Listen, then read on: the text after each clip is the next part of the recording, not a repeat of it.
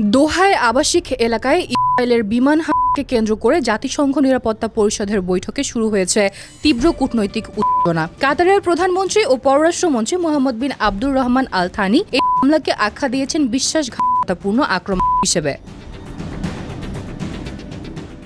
সম্প্রতি অনুষ্ঠিত বৈঠকে আল থানি বলেন, এটি শুধু কাতারের সার্বভৌমত্বের উপর নয়, বরং পুরো আন্তর্জাতিক ব্যবস্থার প্রতি সরাসরি চ্যালেঞ্জ। তিনি জানান, হামলার লক্ষ্যবস্তু ছিল একটি আবাসিক এলাকা যেখানে রয়েছে স্কুল ও কূটনৈতিক মিশন। তার ভাষায়, ইসরায়েল আন্তর্জাতিক আইন লঙ্ঘন করে ক্ষমতার অপব্যবহার করছে।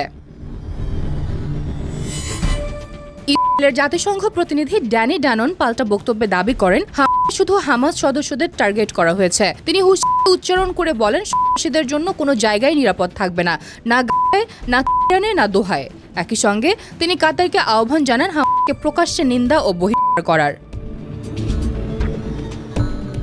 বিতর্কে আরও যোগ দেন জাতিসংঘে ইরাকের প্রতিনিধি লুকমান আল ফাইলি। তিনি হামাসকে রাষ্ট্রীয় সন্ত্রাসবাদ বলে অভিহিত করেন এবং জাতিসংঘকে আরও শক্ত অবস্থান নেওয়ার আহ্বান জানান। পাশাপাশি কাতারের পাশে থাকারও প্রতিশ্রুতি দেন। বিশ্লেষকদের মতে, এই হামলার পরিপ্রেক্ষিতে মধ্যপ্রাচ্যে কূটনৈতিক টানাপোড়েন আরও বাড়তে পারে।